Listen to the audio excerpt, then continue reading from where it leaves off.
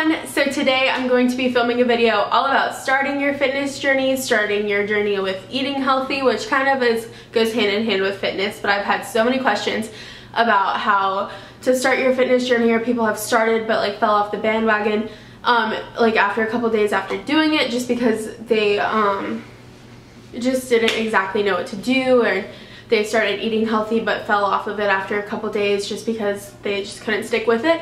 So today I'm going to be doing a video all about that. I get so many questions all the time, but hopefully this video answers all of your questions, and this way it's easier for me because it's so much information that I want to type out for you guys, but it's a lot. So I'm just going to make a video about it. A little background information about me. I started my fitness journey in January of this year, so 2017 January. So I've been on it for about like 6 months now. So, started it at school, which was really hard for me because of, I lived in my sorority house. I ate the food that was provided by the sorority house, which was not good food, but I did go to the gym almost every single morning. So, that's basically where I started. But my #1 tips on how to start. Going on your fitness journey isn't something where, well, you can choose two ways. You can ease into it, or you can jump right in it. I personally I just jumped right into it. A way to ease yourself in is to eat healthy like a couple meals out of the week, go to the gym a couple days out of the week. If you're really committed and really ready to do it, girl, you just gotta jump into it. That's my best advice. So I've made a video about counting calories, but I really think a big part of like eating healthy is counting your calories, just so you know how much you're consuming and what you're consuming and how many grams of protein and everything. So I have a video all about that if you want to go check that out. I'll have it linked down below. It's something that you just have to commit to, and some people aren't ready to commit yet, and some people are at that point in their life where they're not ready to commit. If you find yourself eating healthy a couple days and stopping, you're just not ready to commit to it. But if you are really ready to sit there and commit, you have to write out goals for yourself. And I personally am a big fan of physically writing your goals down so you see them on paper, and that just motivates me more to get them done, or telling someone about it, because I never want to disappoint anybody. So if I tell them about it, I'm more likely to do it, because then I'm like, oh, I told them I was going to do this, so now I have to.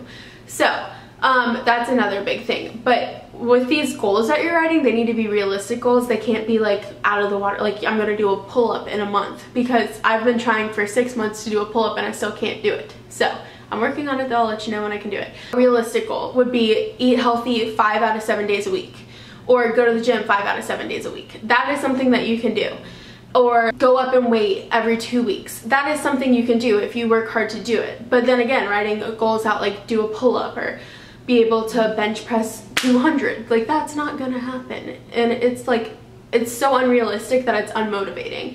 But having small goals that you can work your way up to is what's really motivating, and it's what's going to keep you going and going and going. Another way to stay motivated on your fitness journey is to get someone else, like a friend or a parent. In my case, I have both, luckily.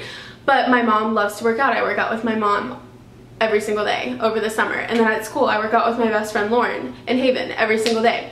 So like just having them being on the same page as me, and us all wanting to lose weight and get fit and lean and all eat healthy, is something that really motivates you, because you never stop doing it, because you see your peers and your people surrounding you doing it, so then that motivates you to do it too. I get a lot of questions about people wanting to lift weights but being really nervous about it, and like not wanting to look stupid while they're doing it, which I totally understand. I was like, I have no idea what I'm doing. The first time I lifted was in like since forever, was in my college gym with all those boys who know exactly what they're doing in the weightlifting room. So I was like, this is so embarrassing. I was terrified of the gym, like terrified. I was like, I can't go in here. All these boys are looking at me. They're gonna judge what I'm doing. Okay, first thing, they don't give a crap about you or what you're doing. They might look at you because you're a girl, and guys have no control when they see a girl. It's like, oh, a girl, okay. But they don't care. So just worry about yourself. Go in there, get yourself done, find a corner if you want, settle yourself into that corner and make that corner your best friend. So what I did at first was I would find my workout video on YouTube. You could use mine if you want. I used Whitney Simmons videos. If I met Whitney Simmons to this day, I would probably cry, because she is the reason that I jumped into starting my fitness journey, and that I have been on this for so long, and that I'm like committed to not stopping. She is my inspiration. I love her. So I would take her videos every single day. I'd pick what I'm doing. So I would pick my workout split too, so I would train certain muscle groups on each day, because it's not good to train the same muscles every day, and it's not good to do the same workouts every day, because then your body becomes used to it, and then you have no, like, your muscle memory gets so used to it that you're not even going to be benefiting your body. So you need to switch up what you work out every day. My split is Monday, Wednesday, Friday I do upper body, and then Tuesday, Thursday I do lower body. I go to Orange Theory every morning.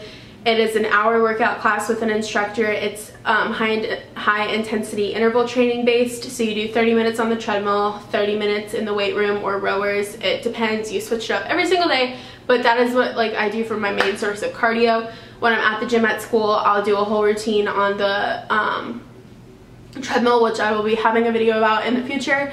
But for right now, that's what I do, is Orange Theory. So then I have my split. So I do back and biceps Monday, Tuesday legs, Wednesday shoulders, Thursday legs, and then Friday's chest and triceps. So I am working out different things every single day, and that's how it was at school too.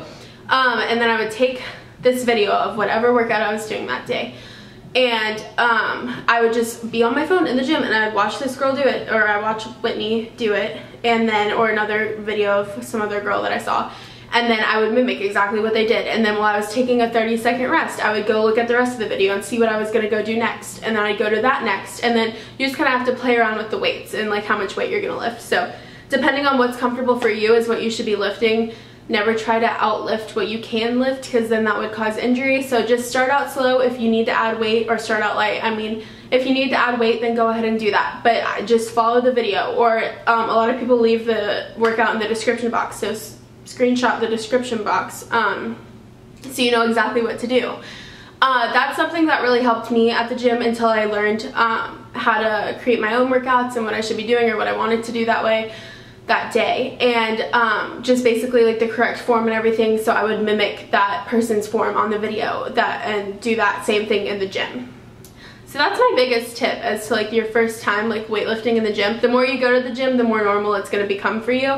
The more people you're going to see every day, you're going to be like, oh, I see them all the time. I just became a 7:30 a.m. regular at the gym, and I saw the same people every single morning. And luckily for me, my best friend Matt, who goes to school, went at that time too. So I would see Matt, I'd be like, hey man, what's up?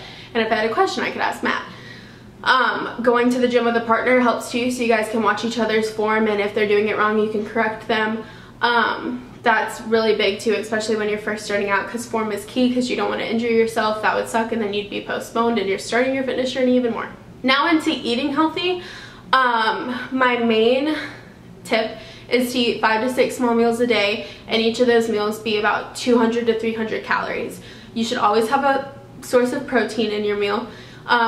2 to 3 of your meals should have a complex carb, and then you should always have some type of veggie in your meal, like around 1 cup of veggies or more, because like veggies really can't hurt you, but don't be eating like 6 cups of veggies, because then you're gonna overeat.